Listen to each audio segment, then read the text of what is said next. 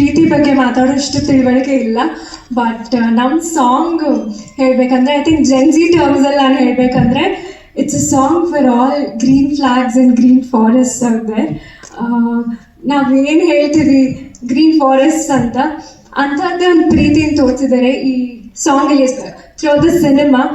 So this song ನನಗೆ ಕಂದಮ್ಮ ಅಷ್ಟು ಇಷ್ಟನೋ ಅಷ್ಟೇ ಇಷ್ಟ ಆಯಿತು. Nagarjun sir and Charan sir as always beautiful and ತುಂಬ ಇಷ್ಟಪಟ್ಟು ತುಂಬ ಎಂಜಾಯ್ ಮಾಡ್ಕೊಂಡು ಶೂಟ್ ಮಾಡಿದ್ವಿ the entire thing. So September 18 ನಮ್ಮ ಸಿನಿಮಾ ರಿಲೀಸ್ ಆಗ್ತಾ ಇದೆ. ಎಲ್ಲರೂ ಬಂದು ಥಿಯೇಟರ್ನಲ್ಲೇ ನೋಡಿ ಅಂತ ಕೇಳ್ಕೊತೀನಿ. Thank you.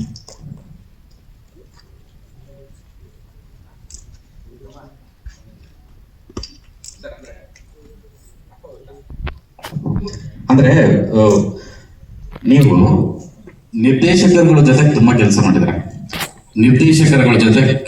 ಅಂದ್ರೆ ಒಬ್ಬ ನಟನೇ ನಿರ್ದೇಶಕನಾದಾಗ ಸೊ ಸಿಗುವಂತಹ ಒಂದು ಚಾನ್ಸ್ ಕಲೀಲಿಕ್ಕಾಗ್ಲಿ ಅಥವಾ ಅದು ಹೇಗಿತ್ತು ಅಂತ ಸರ್? ಕರೆಕ್ಟ್. ಅದೇ ಹೇಳಿದ ಲಾಸ್ಟ್ ಟೈಮ್ ಹೇಳಿದ್ನಲ್ಲ, ಅಂದ್ರೆ ಅವ್ರ ಆಕ್ಟರ್ ಆಗಿ ತುಂಬಾ ಎಕ್ಸ್ಪೀರಿಯನ್ಸ್ ಇದೆ. ಸೊ ಒಂದು ಆಕ್ಟರ್ ಇಂದ ಏನ್ ಆಚೆ ತೆಗಿಬೇಕಂದ್ರೆ ತುಂಬಾ ಚೆನ್ನಾಗಿ ಗೊತ್ತಿರುತ್ತೆ. ಅಂದ್ರೆ ಅಪ್ರೋಚ್ ಅವ್ರಿಗೆ ಅಪ್ರೋಚ್ ಗೊತ್ತಿರುತ್ತೆ.